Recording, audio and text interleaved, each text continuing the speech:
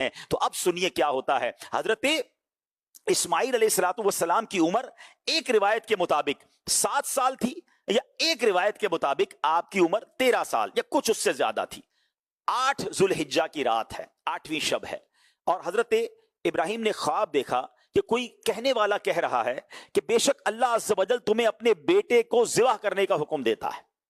آپ صبح و شام غور کرتے رہے کہ یہ اللہ کی طرف سے خواب ہے یا شیطان کی طرف سے۔ اب سوچ بچار میں یہ دن گزرانا تو یوم الترویہ اس دن کا نام پڑ گیا، یعنی سوچ بچار کا دن۔ آج بہت سارے حاجی جب جاتے ہیں مکہ مدینہ تو انہیں پتا ہے کہ 8 تاریخ کو یوم الترویہ کہا جاتا ہے، 9 تاریخ کو یوم العرفہ کہا جاتا ہے، اور 10 تاریخ کو یوم النحر کہا جاتا ہے۔ مگر اس کے پیچھے ریزنز کیا ہیں، یہ نام کیوں پڑے؟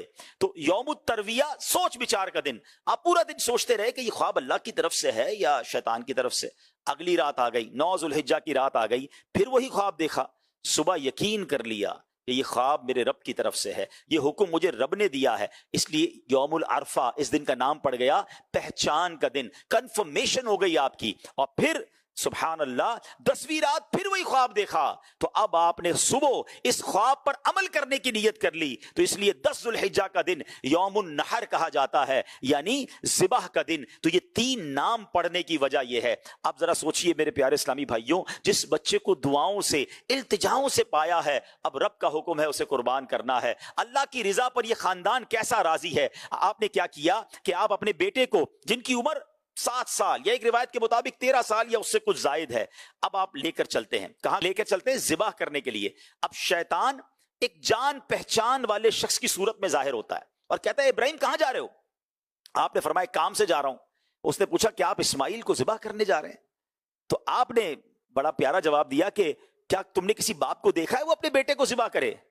شیطان بولتا ہے ہاں میں دیکھ رہا ہوں، آپ اسی کام کے لیے چلے ہیں، آپ سمجھتے ہیں کہ اللہ عز و جل نے آپ کو اس بات کا حکم دیا ہے؟ حضرت ابراہیم علیہ السلام نے ارشاد فرمایا اگر اللہ نے مجھے اس بات کا حکم دیا ہے تو پھر میں اس کی فرما برداری کروں گا۔ اب شیطان آپ سے تو مایوس ہو گیا۔ اب حضرت اسماعیل علیہ السلام کی والدہ بی بی ہاجرہ کے پاس پہنچا۔ ماں تو زیادہ اٹیچ ہوتی ہے نا بچے سے، ماں کے پاس گئے۔ کب آپ کو پتا ہے آپ کے بیٹے کو حضرت ابراہیم لے کر کہاں گئے؟ کہا کسی کام سے لے کر گئے؟ کہا نہیں، وہ انہیں ذبح کرنے لے کر گئے۔ بی بی ہاجرہ نے کہا کہ کبھی تم نے کسی باپ کو دیکھا ہے وہ بیٹے کو ذبح کرے؟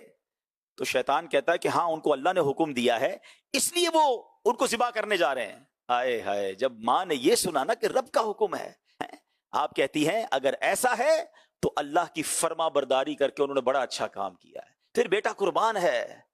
اچھا اب دونوں جگہ سے مایوس ہو گیا شیطان۔ تو اب 7 سال کی حضرت اسماعیل یا ایک روایت کے مطابق 13 سال، کوئی بڑی عمر نہیں ہے، وہ ان کے پاس آتا ہے اور کہتا ہے کہ آپ پتہ ہے کہاں جا رہے ہیں، کیوں جا رہے ہیں؟ آپ کے والد آپ کو ذبح کرنے لے جا رہے ہیں۔ تو کیا خوبصورت وہ بیٹا جواب دیتا ہے کہ اللہ عز و جل کے حکم پر اگر مجھے ذبح کر رہے ہیں تو یہ بہت اچھا کر رہے ہیں۔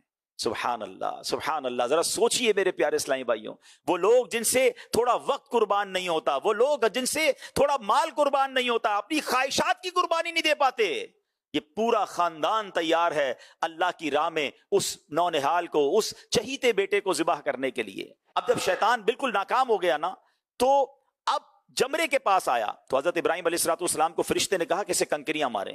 آپ نے اسے 7 کنکریاں ماری، شیطان ہٹ گیا۔ دوسرے جمرے کے پاس آیا، فرشتے نے عرض کی کہ حضور دوبارہ ماریں، آپ نے دوبارہ اسے 7 کنکریاں ماری۔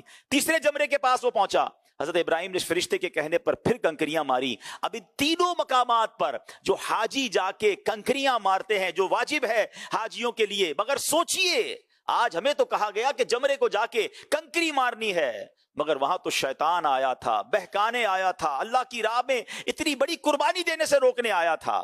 سبحان اللہ۔ اب حضرت ابراہیم علیہ السلام اپنے اس بیٹے کو لے کر کوہ صبیر پر پہنچے تو اللہ عز و جل کے حکم کی خبر دی۔ اب بیٹے سے بھی بات کر لی ہے، ڈکلیئر کر دیا کہ میں کس لیے لایا ہوں۔ سبحان اللہ۔ یہ جو بات چیت ہے نا، یہ جو کانورزیشن ہے، یہ قرآن مجید میں کس شاندار انداز میں موجود ہے۔ یہ کیسا والد ہے، یہ کیسے بیٹے ہیں، اللہ کی رضا پر کیسے راضی رہنے والے ہیں، یہ قربانی دینے میں کس قدر آگے ہیں۔ سبحان اللہ۔ آپ کہتے ہیں یا بنی انی ارا فی المنام انی اذبحک فانظر ماذا تری، اے میرے بیٹے میں نے خواب دیکھا میں تجھے ذبح کرتا ہوں، اب تو دیکھ تیری کیا رائے ہے۔ بیٹے سے سوال ہی کر لیا، رائے پوچھ لی۔ اب فرما بردار بیٹا ہے، جب اس نے یہ سنا تو جو جواب دیا نا، اے ہائے، اس جواب کو بھی رب نے قرآن میں بیان فرمایا۔ وہ کہتے ہیں اے میرے باپ کیجئے جس بات کا آپ کو حکم ہوتا ہے، خدا نے چاہا تو قریب ہے کہ آپ مجھے صابر یعنی صبر کرنے والا پائیں گے. اے ہائے ہائے. اب کیا ہوا؟ وہ شاعر کہتے ہیں نا، یہ فیضان نظر تھا یا کہ مکتب کی کرامت تھی، یہ فیضان نظر تھا یا کہ مکتب کی کرامت تھی، سکھائے کس نے اسماعیل کو آداب فرزندی. حضرت اسماعیل علیہ السلام نے اپنے والد محترم سے مزید عرض کی، ابو جان ذبح کرنے سے پہلے مجھے رسیوں سے ذرا مضبوط باندھ دیجئے گا تاکہ میں ہل نہ سکوں، کیونکہ مجھے ڈر ہے کہ کہیں میرے ثواب میں کمی نہ ہو جائے، اور میرے خون کے چھینٹوں سے اپنے کپڑے بچا رکھیے گا تاکہ انہیں دیکھ کر امی جان جو ہیں وہ غمگین نہ ہوں.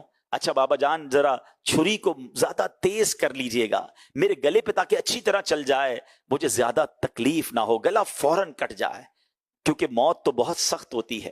آپ مجھے ذبح کرنے کے لیے پیشانی کے بل لٹا دیجئے گا، میرا چہرہ نیچے کر دیجئے گا تاکہ آپ کی نظر میرے چہرے پر نہ پڑے، اور جب میری والدہ کے پاس جائے نا تو میرا سلام پہنچا دیجئے گا، اور ہو سکے تو میری قمیض، میرا یہ لباس میری ماں کو دے دیجئے گا، ان کو کچھ تسلی ہو جائے گی، صبر آ جائے گا. کیا دنیا نے ایسا کوئی منظر دیکھا ہے کہ ذبح ہونے والا، ذبح کرنے والے اپنے والد سے کہہ رہا ہے کہ مجھے ذرا زور سے باندھ دیجئے گا، چھری کو تیز کر دیجئے گا، میرے چہرے کو آپ نہ دیکھیے گا، مجھے الٹا لٹا دیجئے گا. کرنا وہی ہے جو رب کا حکم ہے. Everybody is ready there. سوچئے نا میرے پیارے اسلامی بھائیو، یہ کیسے افراد تھے، یہ اللہ کے کیسے برگزیدہ بندے اور کیسے شخصیات ہیں. کیوں نہ ان سے محبت کریں اور ان کی اس پوری سیرت سے سیکھیں. آج دنیا بھر میں قربانی تو ہو رہی ہے، لیکن شاید یہ فلسفہ، یہ داستان، یہ قربانی کیسی داستان رقم کی گئی اور اللہ کی کیسی رضا حاصل کی گئی، ہمیں یاد ہو تو پھر ہم اس پر کچھ عمل کرنے کی کوشش کریں نا. اب کیا ہوتا ہے؟ حضرت ابراہیم علیہ السلام نے فرمایا، اے میرے بیٹے، تم اللہ کے حکم پر عمل کرنے میں میرے کیسے عمدہ مددگار ثابت ہو رہے ہو.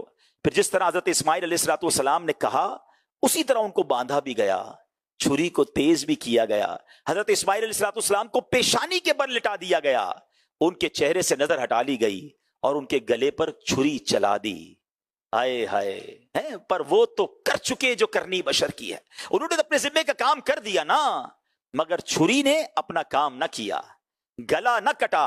اسی وقت حضرت ابراہیم علیہ السلام پر وحی نازل ہوئی اور قرآن کہتا ہے، ترجمہ کنز الایمان، اور ہم نے اسے ندا فرمائی کہ اے ابراہیم، بے شک تو نے خواب سچ کر دکھایا، ہم ایسا ہی صلہ دیتے ہیں نیکوں کو. بے شک یہ روشن جانچ تھی اور ہم نے ایک بڑا ذبیحہ اس کے فدیے میں دے کر اسے بچا لیا. اب ہوا کیا میرے پیارے اسلامی بھائیوں؟ حضرت ابراہیم علیہ السلام نے بچے کو لٹا دیا ہے، چھری ہاتھ میں ہے، اور اب اللہ کے حکم سے حضرت جبرائیل بطور فدیہ جنت سے ایک مینڈھا لے کر تشریف لائے، اور دور سے اونچی آواز میں آپ کہتے ہیں اللہ اکبر اللہ اکبر.